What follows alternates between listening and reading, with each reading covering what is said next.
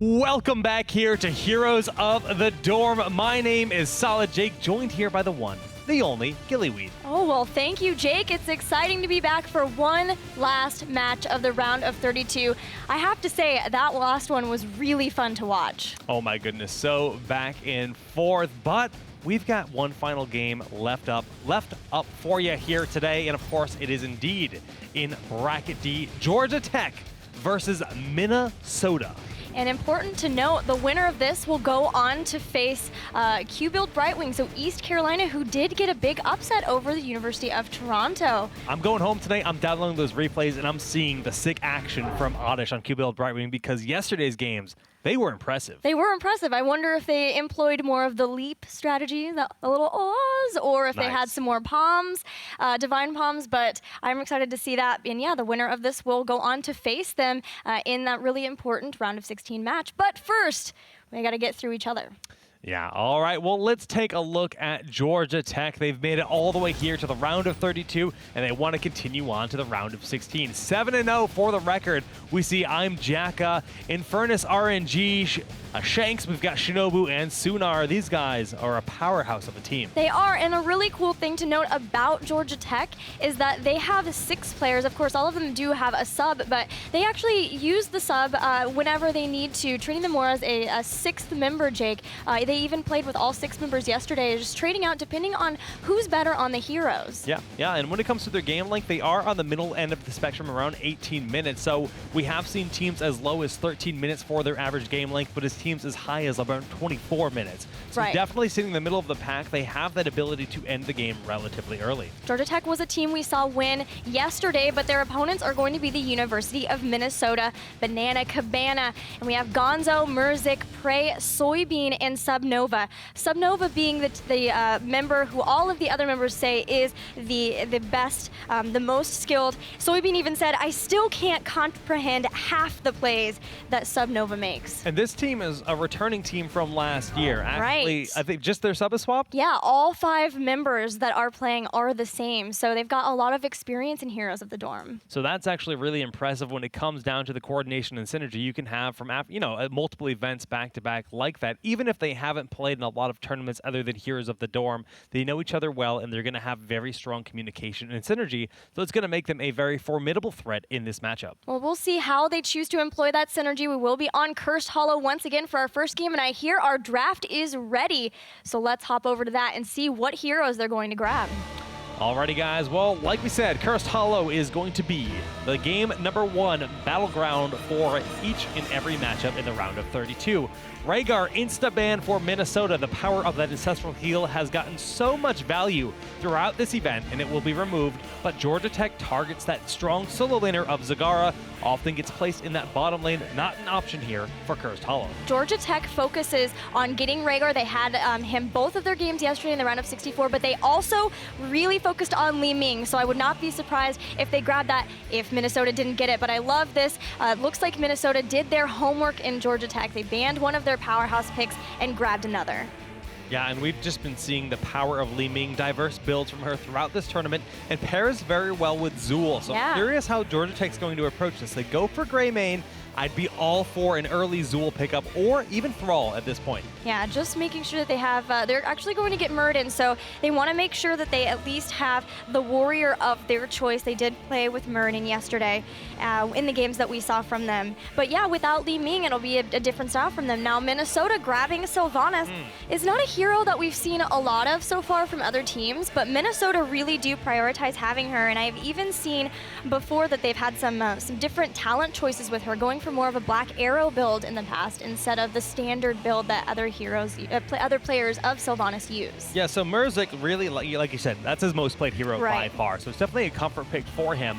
But Thrall also very powerful in the solo lane scenario, so if you can do like a say a 3-1-1 split when you have Thrall soloing one of his lanes and have a strong solo laner, and then Sylvanas trying to get some big push with the power of Li Ming behind her, she can do some devastating damage early on. Yeah, Sylvanas is one that if you win a team fight, you almost get a curse already, not even needing the 3 tributes because you can use her trait to shut down the structures.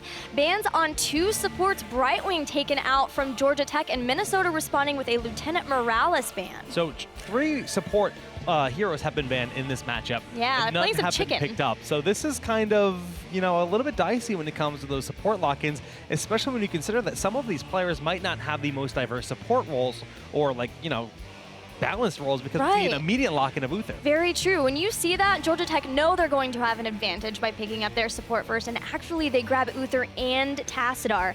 So now what do Minnesota do? That's rough. Now, of course, there are some very strong supports left in the game. Karazim, Tyrande. Tyrande is phenomenal on this battleground in general, but if you wanted to run Tyrande, oftentimes you pair her with that Tassadar or Brightwing, and that is not an option at this point in time. Right, they still need a warrior. And I love the Brightwing ban, by the way. That's a targeted ban at Minnesota. Georgia Tech also showing that they've done their homework because they played Brightwing in both of their games yesterday. They really like the mobility that she offers. The ability even to soak lanes and be a pretty good lane hero, even though she is a support. Alrighty, well, Minnesota, they're actually going to lock in Karazim as their lone support, and they still need that warrior. ETC, Johanna, standing out as priority picks, but we have seen crazier things like Stitches, but it will be that Johanna. So Johanna's going to provide a lot of tankiness up front, as well as good wave clear with her Condemn Knight takes pawn into punish combination. Finally, one more pick for Georgia Tech. It will be damage of some kind. Do they have an interesting pocket pick, or is it all about, you know, Zul's still on the table, but oh, Kale Thoss coming in. He has not seen much play at all this week at Gillyweed, but Kale Thoss is a powerhouse, a pyromaniac at that, with the Living Bomb, Flame Strike, Pyroblast, and Phoenix. He's one of the few ranged assassins that has a stun in his base kit. The Gravity Laps lift up the targets and control a lot of space, so if they're trying to do rotations, Kale Thoss is quite good in those scenarios. Yeah, he's a great person for follow-up stun, or even if you get the Netherwind talent at level 4, then you have increased range and speed. So if you find someone out of place, it's pretty easy to land that, and then from there, Muradin can hop in, throw down some more stuns, and then you get a situation where someone just can't get away from all the damage that they're being able to throw out. So that's something that we will see them looking to do in this game. Well, now that we have a good idea as to what the drafts look like in this game, we want you guys to head on over to Twitter once again and let us know how you're feeling about this game. Use the hashtag Heroes of the Dorm and the team that you think that will advance respectively, and give us all your wondrous thoughts. We'll keep track of that throughout the day.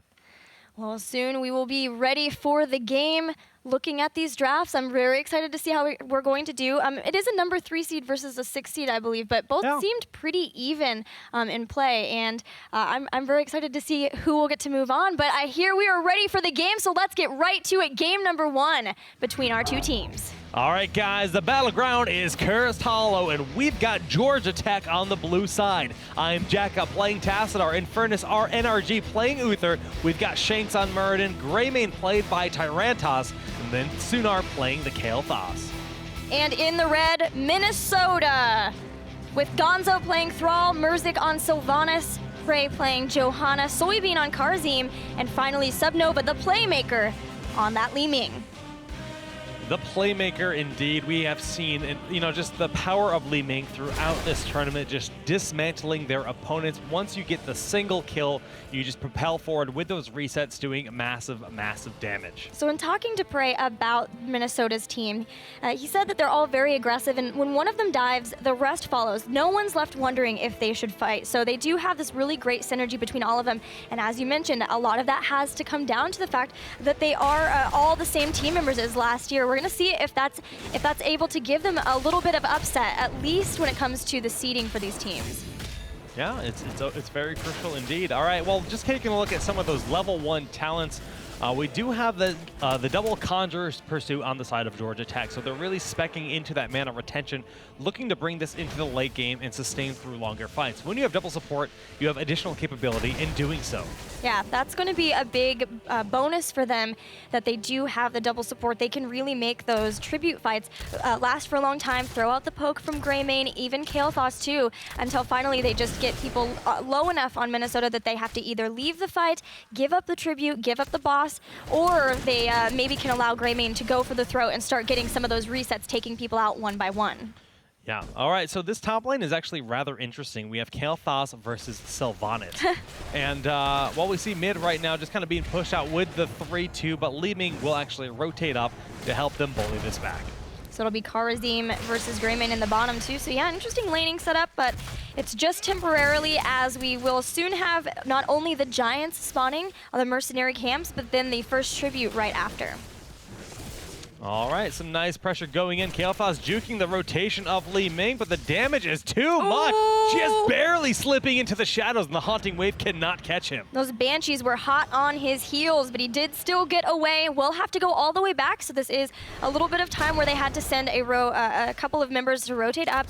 Good job knowing that that was going to happen, though. They had people instantly in the lane, not allowing Sylvanas really to get too much done, although it seems she had to go back anyway, too. They don't want to use the well taps if possible, knowing that they might need those when it comes to the tribute fight. Yeah, it's just as important of a resource as the heroic abilities, and think of your sword talents too, because every time you tap the well, that's an incredibly long period of time in which you are vulnerable, and if the enemy team has all their well taps available during a curse fight, you're gonna lose the tribute. So there's a fight happening in mid, just trading some damage back and forth, maybe forcing someone to use one of those well taps, and the tribute is going to spawn up top. Neither team set up for a really early giant grab, although this tower is pretty low, and Merzik's doing a lot of damage. I wanted to note that, speaking of Merzik, did pick up paralysis at level 4, and this is what I'm talking about. The Sylvanas plays some different talents, and now we'll have the 100% increased duration for Black Arrow. So just making sure that they can really turn off those structures, stop those minions for as long as possible. Okay, well, we do see every single member is making their way to this top tribute. Thrall will be the last one to the party, but he's flanking from the bottom left side and applying a ton of damage to Infernus NRG. But Greymane diving in onto Gonzo. The wolf form is there for the dwarf toss forward with Stormbolt connecting, and that is one dead Thrall. First blood on Thrall, and some of the members having to get pushed back even more, and that's the power of that double support. Even though they are fairly low, they're confident that they can stay alive through this. And will we see Minnesota continue to try to fight into this without Thrall? The respawn timer is pretty low, so if they can have some good safe poke, maybe they can stop this, but it's going to be hard. Tarantus doing a good job of zoning people back. The shield glare is just late enough. That poke Georgia Tech. Yeah? Well, they do manage to grab that tribute early on, and you know what? They took a lot of damage in that. They do have to kind of go back and tap those wells or go back to base and healing up, but they are sitting nicely in the lead. Sunar has to be careful, though. So much damage being applied, and the magic missiles just barely not there in time to pick up that kill. Yeah, Kael'Thas is having a tough time trying to lane versus Li Ming and Sylvanas. And that's the power of Sylvanas, is you can see how fast she can start to help take down these structures. The fact that the towers can't attack the minions even gives them a nice buffer, and it forces a rotation from these two supports just to push them back, but it's already too late. One tower has been awarded to Minnesota, and that's helping them come back from the little experience deficit that they did have. All right, well, rather interesting. We're actually seeing the full-on support style of Tassadar. I was expecting to see a little bit more aggressive, maybe static charge at level 7, but we do have Kala's Embrace paired with that static shield, the leeching plasma for that full-on support style. But Kael'Thas pretty much the standard build, and beyond that, the only other weird one is just the Sylvanas. Yeah, and I'm wondering if we'll see Unstable Affliction, which slows heroes at level 13, since they are fully speccing into the Black Arrow build. I've seen them run this before. This is a Merzik classic, if you will.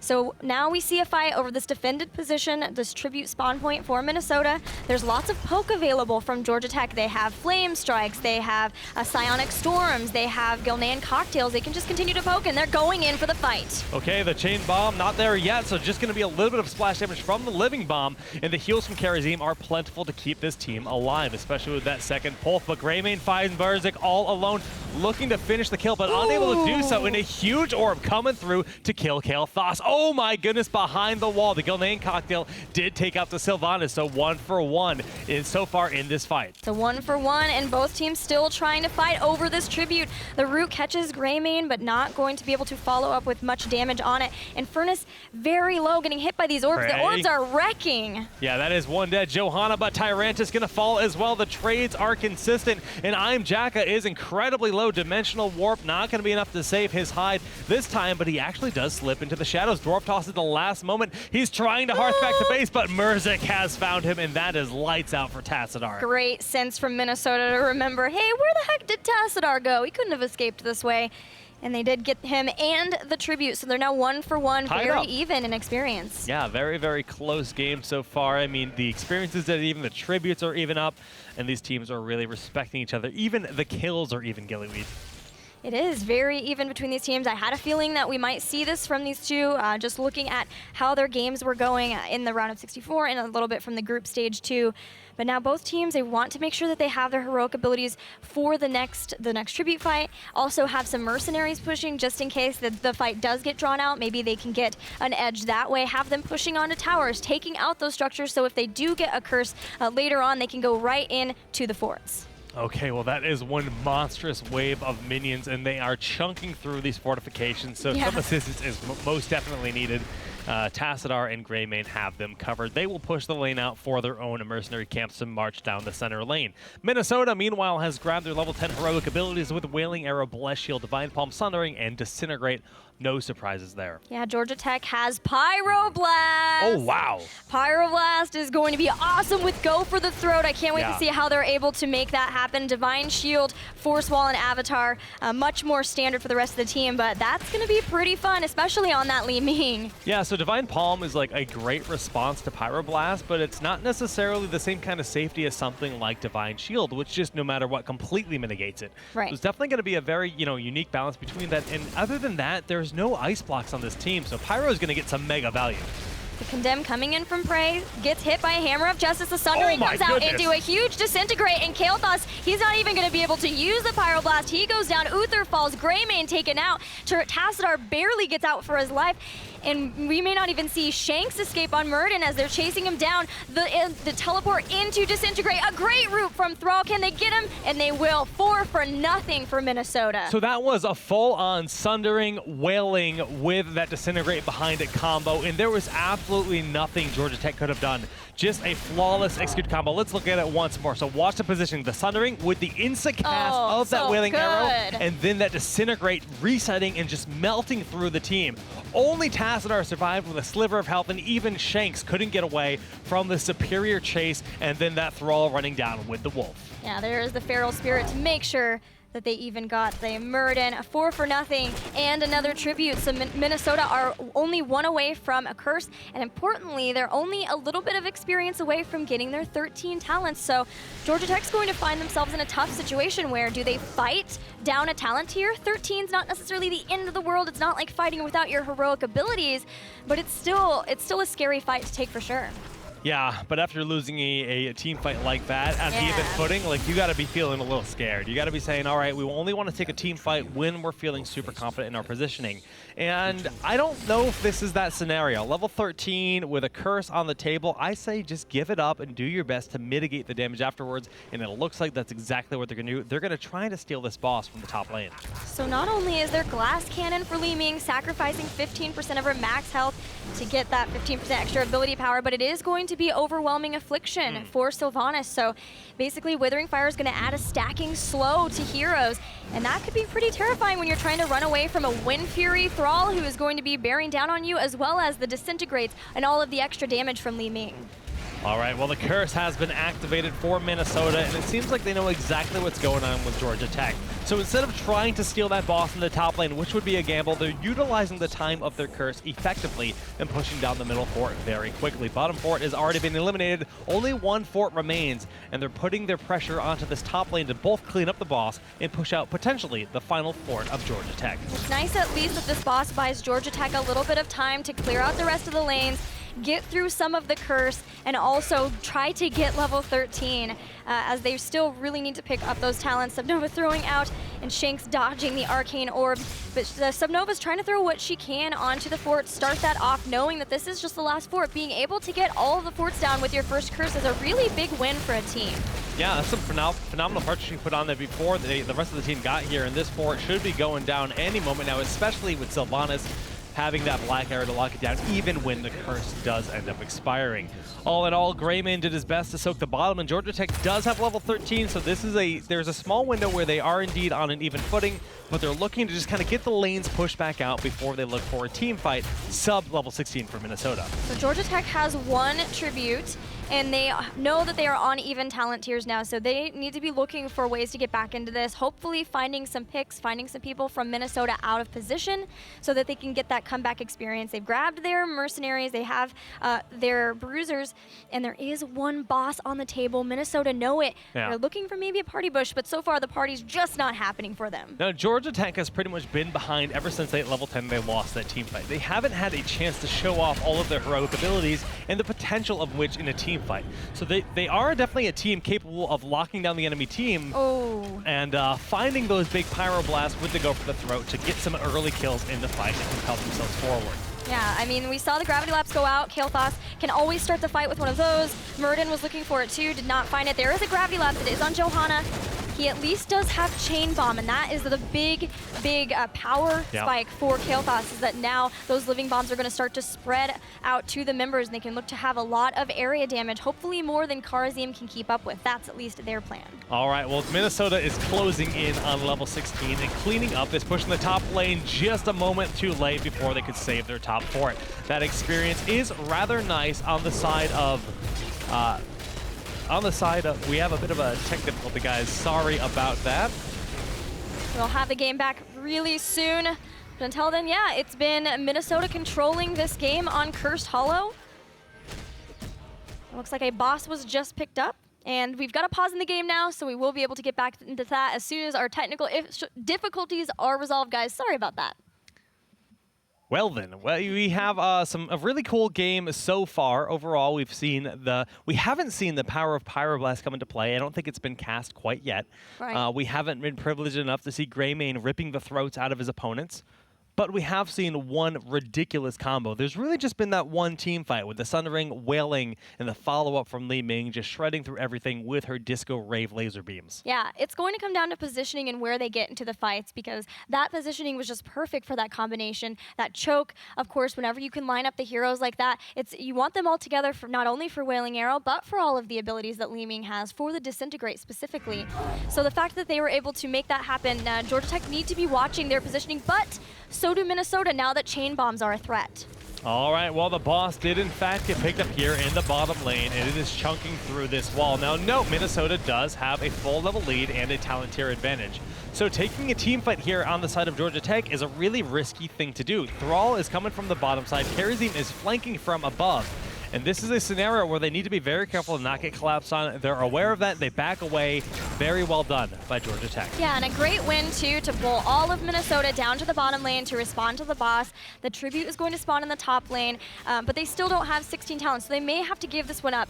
Thankfully, it's nowhere near a curse, so giving up a Tribute would not be the end of the world at this point until they can pick up 16, get back on that even talent tier, but they're starting to come back. And that was a huge wave of minions in the mid lane. This is also a big wave of minions at the top. So that's actually a ton of experience they're grabbing very quickly, and they got 16 a lot faster than I thought they would. Yep, they're almost there, but they are still going to give up the Tribute, and I like that play a lot. Going ahead and playing just for the long game. You talked about that at the very beginning. They're going to be okay with doing that, judging by the talents that they got, the fact that they have Greymane and Kael'thas. They want to get to those big power spikes, but they're there. They have them now. Incendiary Elixir is the pickup, so now they can look for the big fight. And Arcane Barrier on Kael'thas is another critical one to point out, because we saw Kael'thas get blown up so quickly he couldn't even respond in that last team fight. So now he has a big reactionary shield that he can activate in order to sustain through the enemy team's aggression. Yep, as long as he is not stunned to the point of being taken out, that will be key. So now Minnesota still being pretty aggressive, still trying to keep Georgia Tech back on the back foot, back on their side, but needs to be careful here. This is a point where Georgia Tech wants to fight. Remember, Sundering was that critical thing. When the team clumps up, it becomes a very risky thing. If Thrall is looking for the flank, Wailing has already been cast, hitting on 3 targets with no follow-up, and they're diving onto Thrall. The blow-up might be there in time, but the Sundering comes out with Divine Palm to save Thrall. Now Sunar is getting blown up in the bottom. The Invulnerable from Tassadar gets Jack out, but Shanks might not be as lucky. Tyrantus in the back line is completely separated from his team, and there is no way he's getting out of there, and the fight is just so far in favor of Minnesota with that clutch Sundering and Divine Palm. Man, Subnova, of course, a great player. They all wanted to highlight how good Subnova is, but I think Soybean was the MVP in that fight. Not only was that Divine Palm so clutch in being able to keep everyone alive, but with Radiant Dash, he was able to go in and get one of the crucial kills onto Kael'thas for the team. So a really great play by the Karzim, realizing the potential of him to be aggressive and still be able to get back to the team to Force kill. Wall should be just about ready, but not willing to throw it out quite yet. They don't think they can blow up the Johanna in time. ImJacka walking right into the Arcane Orb. Needs to be a little bit more careful with his positioning. So now Minnesota are one tribute away from their curse. There's a boss available, but all of the members of Georgia Tech are up, and they have to know that this boss is a potential for them. But they've got many members in the bottom lane looking at clearing out the wave, looking to get the experience from all of the minions that are down there. This is going fairly slow. You know, Minnesota just starting to funnel all of their members here, but Georgia Tech don't really seem to be wanting to try to deal with it. Yeah, but I got to give Georgia Tech a lot of props because their execution was almost exactly what it needed to be in that last fight. They went ahead, they saw that Thrall was looking for the flank, and Muradin dwarf tossed over the wall, secluding him with that Storm Bolt, but unfortunately too many targets were in a linear positioning. And the Sundering hit so many targets that not only did it disrupt them and prevent them from having the damage to kill him, his trait actually heals him when he hits targets with his spell. So he got a huge self-heal from that Sundering, followed by that Palm, and it just allowed them to really keep the fight going in their favor. This is so brilliant of Minnesota to grab the boss. I really thought that Georgia Tech would try to go up there, but I guess they just felt like they couldn't get there in time. But this boss was going toward a keep that had already taken a lot of damage, so they have to respond to it, which means nobody's going to stop them from getting a curse. Yeah, this is kind of a win-win here for Minnesota.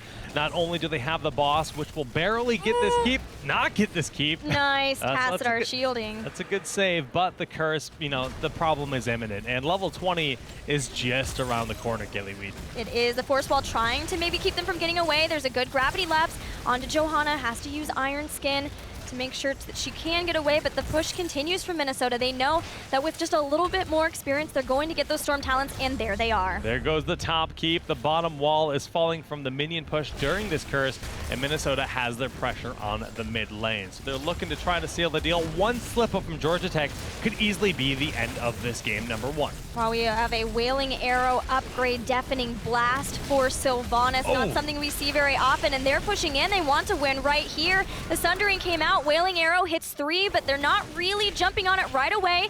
There goes a Condemn onto ImJacka, and he has to use Dimensional Shift to get away. Shanks starting to take a bunch of damage. So we saw a really early Divine Shield in that fight. They don't have it to save their team now, and unfortunately, 2 members have gone down. The level 20 advantage, the core has just about lost its shields, but the poke is not going to be enough as Greymane loses his life. Gillyweed, I think Minnesota is going to take game number 1 on Cursed Hollow over Georgia Tech here in the round of 32. What patience from Minnesota to be able to go in and say, yes, we know that we're inside of the base, but if we can just get the right kills, we know we can take out the core. They took them out one by one, and then turned onto the core, winning game number 1 in this best of 3. So really well played there. I got to hand it to them. I mean, it was just clean, consistent play throughout the match. They knew exactly how to take advantage of each scenario. You talked about that boss at the end, which forced the hand of Georgia to respond to that top lane, and then they just grab the curse. They use the curse to, just enable ultimate pressure. They wait for a mistake. We saw the super early Divine Shield that did absolutely nothing for Greymane, and then they just continued to march on in. The Sundering came out the moment Divine Shield was wasted, and even the Wailing, even though it wasn't great, it was more than enough for them to just make sure they secured that win.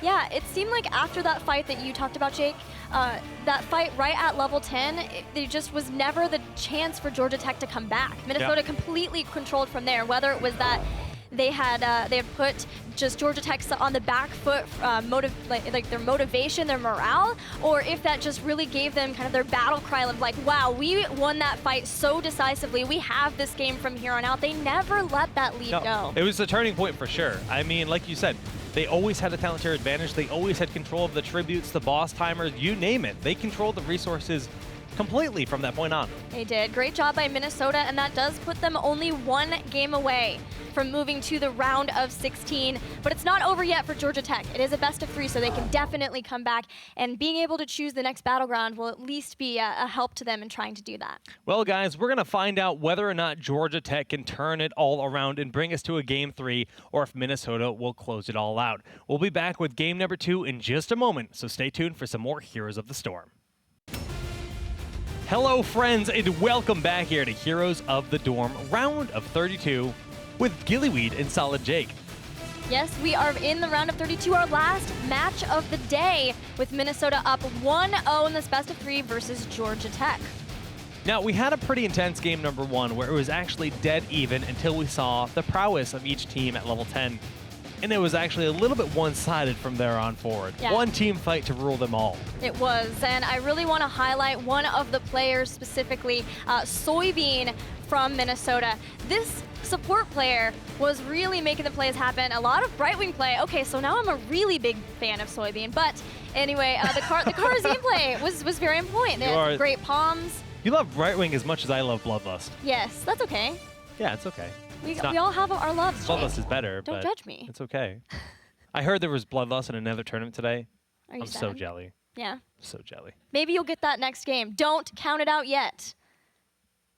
I'm excited. Okay. All right, soon guys. We'll have the draft. Well, we're going to hop right on into the draft know. here for our final matchup of the evening, Sky Temple. Now, Georgia Tech, they're down 0-1. This is their tournament lifeline. They have chosen this battleground as their battleground of choice, which means they're comfortable here and they think this fits their play style a little bit better. They are, and I can tell you that they'll be happy they have Rhaegar this time. They were picking Rhaegar before in both of their games in the round of 64, so that's a comfort pick to have him. They're also going to get Falstad, who is going to be great. The fact that he can fly around to the temples, he can stay in lanes and soak those until he flies into team fights. That's going to be a great boon for them. Boon is such a good word, Gillyweed. I'm glad you said boon. Thanks. All right, Sylvanas being picked up once again. Falstad, the global presence, and Vala really rising in popularity ever since the most recent ballot patch for her. I mean, Rain of Vengeance and those small chokeholds that you use to enter either of the temples, top or bottom. They just very narrow passageways, and Rain of Vengeance can really ruin your day. But the rest of her kit, I mean, Hungering Arrow, great single target damage, multi-shot. It's good for lane clear. She's got the mobility with Vault. She's got it all. Yeah, she's got great damage, and the fact that you know that she can still get away with Vault. You can't discount the ability to escape fights, and that's going to be needed because, once again, Minnesota have Thrall and Sylvanas. So they've got the Sundering available. They have the Wailing Arrows once again. Potentially the unique Sylvanas build that we saw from Murzik too. Now, Minnesota are going to ban Muradin, so they are still going to whittle down the hero pool for warriors specifically from Georgia Tech, knowing that they can pick their warrior next in these next phases of picks and really just force Georgia Tech onto maybe something that they're less comfortable with.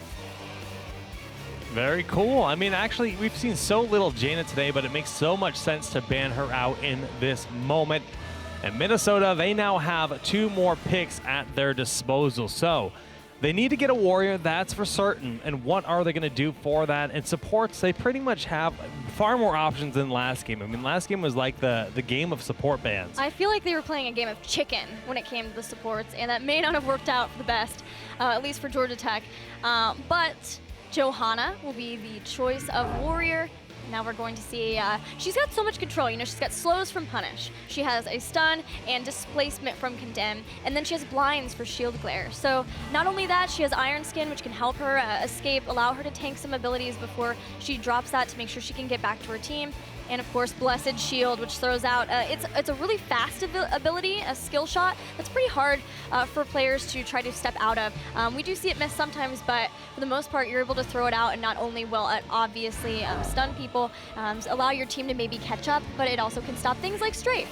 Yeah, and it sets up for some pretty good abilities like Lunara has. So she can buy a lot of space, lock down a few heroes, and let Lunara get those big Thornwood vines to shred through the opponents. Georgia Tech can lock in Stitches, the Filth Bucket Master himself. She is not the Filth Bucket. She is clean as it gets. Nature is her friend.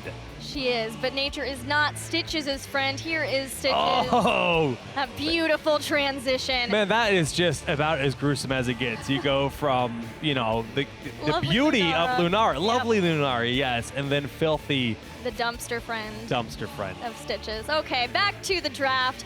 We'll be seeing lots of hooks, and that does, of course, always throw a wrench in the plan of Minnesota. They now have to consider how they're going to respond to hooks from Stitches. Oh! There it is! We saw it from Georgia Tech yesterday, and back out with Murky. They are throwing everything they can to try to get back to Game 3, Jake. All right, well, Murky, he's definitely a fan favorite. The baby Murloc, he operates a little bit differently than the average hero in Heroes of the Storm. He places his egg anywhere on the map that he pleases, and every 5 seconds after his death, he will respawn at that target location. So it makes Murky quite annoying to have to deal with because he's a pest that just keeps on coming back. Yeah, as long as the egg remains hidden, his deaths only count as a quarter of a hero's experience to a team too. So especially when you're getting into a fight and you're like, yeah, we killed someone, and then you realize like, oh, it's Murky, so we only get a quarter of experience and he's going to be back in just a few seconds. Oh, Hello. Brightwing. Now, Murky's actually pretty darn good against Brightwing. So what do you Yeah. think about that as the final pick? That's pretty interesting. Brightwing, a lot of her her ability to keep her team alive relies on picking up a talent phase shield at level 7. It gives a very large shield that lasts for a long time to whomever she teleports in on. But not having that, if she has to get cleansed for Octograb, that's going to be a tough choice for Brightwing, and being the only support for the team, I'm questioning how that's going to work out. So there's a lot of merit to Brightwing on Sky Temple when it comes to just her global presence in general, but it's definitely going to be a struggle to keep the team alive versus the power of Octograb, like you said. So Right. it's a gamble. They're up 1-0. They can afford to take some gambles, but we'll see if that pays off. All right, so yeah, I mean, the Brightwing, that's going to be interesting. I believe we also had, do we have the Falstad too? I believe Falstad was a first pick. Right. So being able to have, there we go, yes. So we have Brightwing on one side, Falstad on the other. So both have the ability to have someone who can move around quite a bit and make sure that they're taking full advantage of sitting in lanes for as long as possible. So that's what I'm wanting to see from both of these teams. Also just the Murky player, Shanks, just being as aggressive as possible, being in their face, being so annoying, and then using the slime, using all of the tools that they have to catch the person who is hooked from Stitches. So a lot of control on the side of Georgia Tech. Will it be enough to bring them back into this best-of-3 series in the round of 32? We're about to find out, but Minnesota going for a bit of a beefy composition. The lone Brightwing support with a lot of damage behind it. Going to try to close it out here on Sky Temple. Now, of course, guys, we want to hear your thoughts as to who you think will advance here. So be social with us. Get on social media and use the hashtag Heroes of the Dorm along with the hashtag for the team that you think will be advancing in this best-of-3 series. So what do you think, Jake? Do you think that Georgia Tech can bring it back here? Do you think that the Murky is enough to be able to throw off the members of Minnesota? I don't know. It's such a gamble because Murky is definitely a unique hero that a lot of teams don't have a ton of practice on. And the fact that they picked Brightwing after Murky was picked up kind of says to me they don't know how to play against Murky. Well, we're going to see right now if they're able to do that, because game number 2 between Minnesota and Georgia Tech is live on Sky Temple. Alrighty, guys. Well, loading right on into this match, we do have the blue team spawning. That is Georgia Tech. 8th Street West with I'm Jacka playing as Stitches, Infernus and RG gonna be on Rhaegar, Shanks playing the Murky, Tyrantus on Falstad, and Sunar gonna be playing the Valla. And in the red, up 1-0 in this best of 3. One game away from the round of 16 is Minnesota, with Gonzo playing Thrall, Murzik on Sylvanas yet again, Soybean playing Brightwing, Prey playing Johanna, and finally Lunara played by Subnova. The stakes are high, Gillyweed. This is the final match in the round of 32 for us this evening, and only one of these teams can advance to next weekend. Going into the round of 16, I mean, it just gets harder and harder and harder, and it's single elimination. So we've seen so many good games today, but is this the first Murky of the day? I think this is the first Murky of the day. We had one from this exact same team yesterday, also in their second game. So it's something that they're definitely pulling out their biggest strategy to try to go here. But with the Sylvanas, this big push on top from Minnesota, only Falstad here to stop this, and this will be an early tower grab, a little bit more experience, and maybe even a second before anyone can be here to respond. As much as I like to see them do a lot of damage in this top lane, they could have done this with 4 heroes and potentially even 3. and they sacrificed 2 full waves of minions that they did not collect in the other maps, and Murky is actually doing a comparable amount of damage in the bottom lane on his own. So Minnesota put a lot of resources to do very little in that top lane, and it's not really the optimal thing to do. Right. Because they did get that those top towers, we can probably anticipate that they will be focusing on getting the top temple in that first temple phase, because that way they can make sure that they can get that fort completely taken down. And speaking of those temples, they'll be activating in just a few seconds. Yeah, a few seconds from now, we actually do see the Spirit Wolf connecting on Falstead mid-barrel roll, so that was kind of a cute interaction of the hook on Johanna as soon as the Iron Skin is not popped. Yep, it is used to be able to get away, and now nobody for now up on the top temple. And Murky, of course, going to be taken out, but we'll be right back. The alarm already going off so we can get back in, but Falstead having trouble in this lane versus Gonzo. Yeah, he needs to be very careful. Those chain lightnings are going to whittle him down so quickly. So he's actually going to be hearthing back to base to refuel his health bar and mana bar. Middle temple controlled here on the side of Georgia Tech, but Minnesota is dominating the top. And considering that they did all of that structural damage at the top of the game, controlling that top temple will pretty much guarantee this top fort fall. So that is a nice optimization they're making here from this first temple phase. One thing I like from Georgia Tech is they started that middle temple right away. So as soon as that's done and that the last 5 shots are now, they could try to maybe rotate up to the top, but it looks like that's not what they're going to do. They didn't really have people in position. Instead, they came down, took out Sylvanas, are going after Brightwing. They're probably not going to be able to get that second kill. Yeah, but the kill on Sylvanas is actually rather nice for them. Now, they have lost a fort, but the hook connects there onto Gonzo. When we see the phase shift immediately from Soybean, trying to get him out of the scenario. Prey is very low as well, but they do manage to get the Thrall player out of that sticky situation. That's what I really love about Brightwing. Her ability to phase shift in, throw down the pixie dust to give some movement speed bonus, and then help get away. Especially once you get blink heal at 10, then you can allow them to get the movement speed and then continue to blink heal so that both of you get away. You're able to get a lot of clutch saves that you may not be able to otherwise. Yeah, but they did miss a wave of experience in the bottom lane. Lunara has since rotated down, and Murky did do a bit of pressure, just about nearly getting that bottom tower. So when she does that, yes, she's saving the target, but she is putting herself across the map, which does take your resources away from the potential soak that exists. With both teams focusing their pressure onto the bottom lane, I'm anticipating that we're going to have a big brawl around that next temple phase, since it is just in the bottom lane. Both of them want to get that so they can get a fort, but importantly, 1 fort already down in favor of Minnesota, and Soybean might be in trouble. The bird battle. Soybean actually phase shifts away, just down a little bit as we have this rotation coming up from Furnace NRG. But the moment of truth is upon us. Does Brightwing go for cleanse, or does she pick up the phase shield? Does she respect the threat of the Octograb provided by Murky?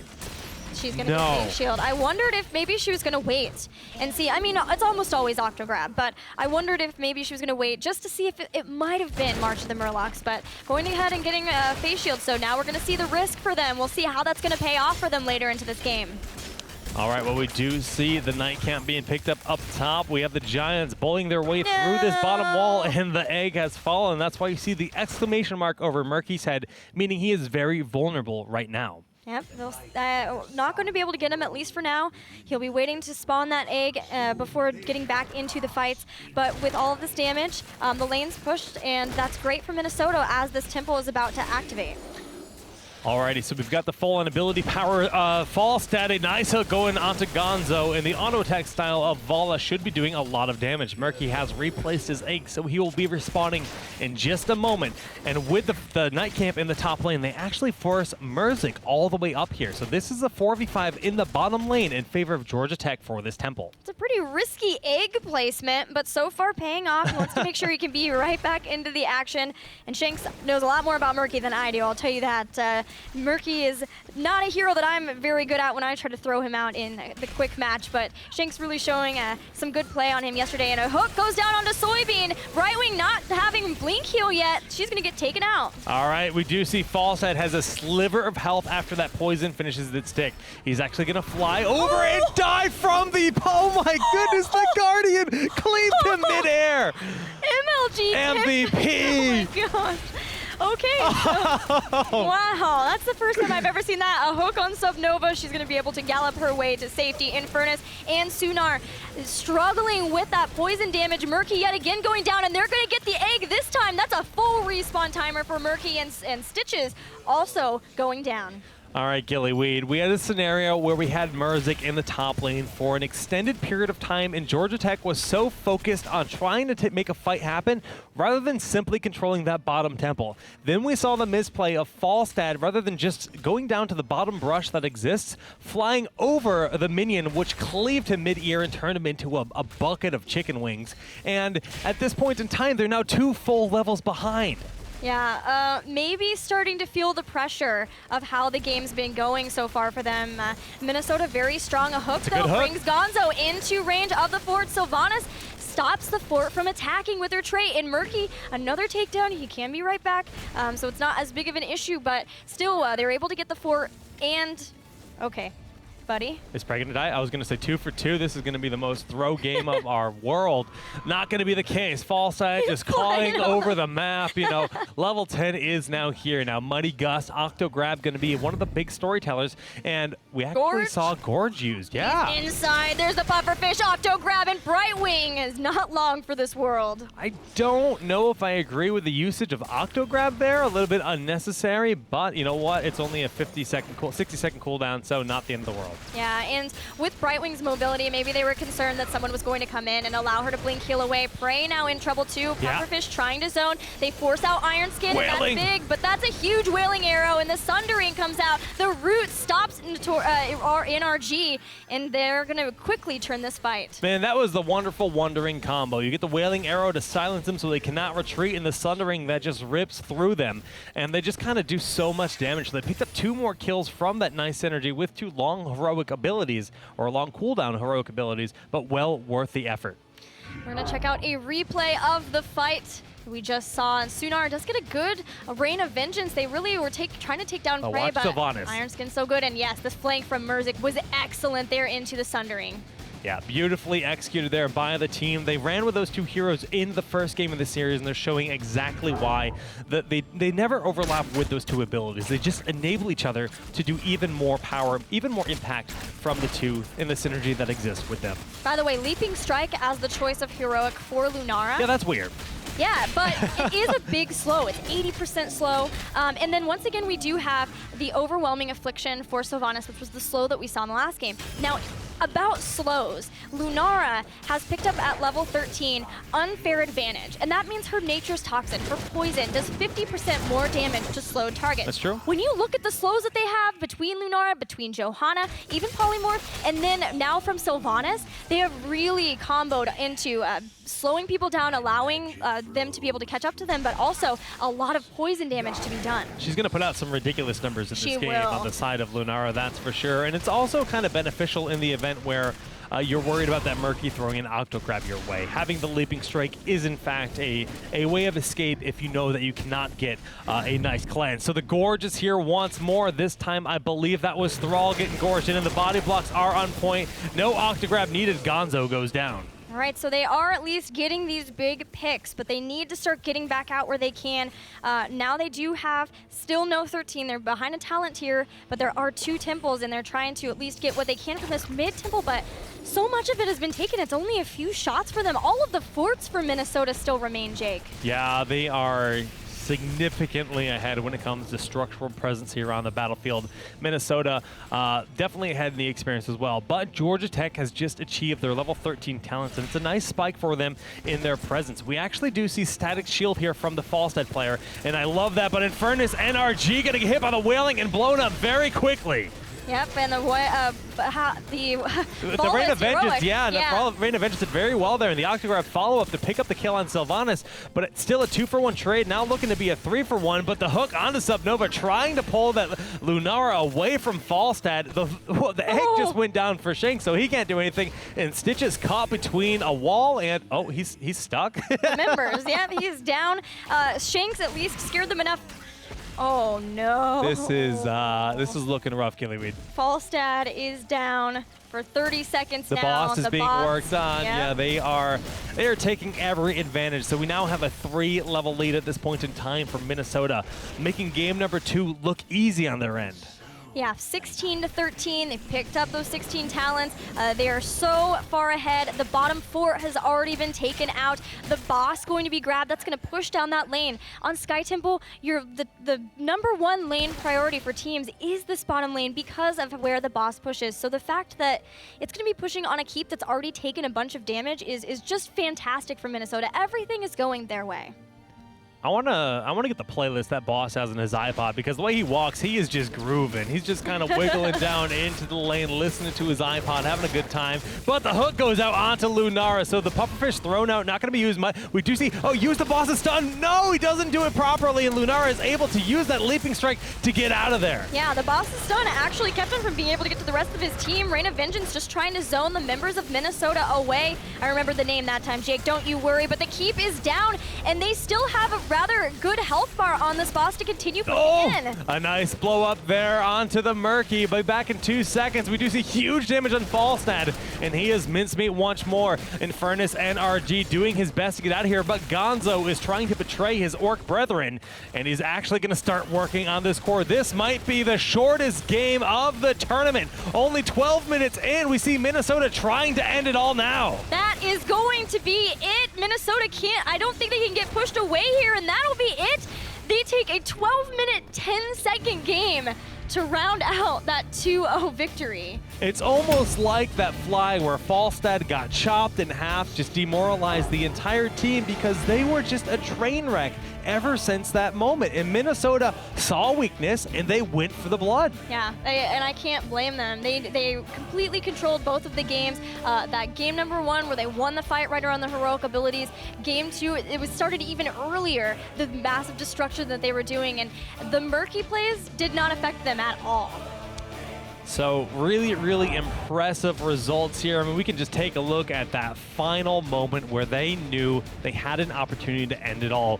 They got very aggressive with that boss that chunked through most of the shields, and as they picked up a few more kills and forced heroes back into the Altar of Storms, it was just obvious they could end it all, and they put all of their focus onto the core, taking a very clean victory with, you know, like a 3-level lead at the end. Yeah, like, that's huge. It was huge.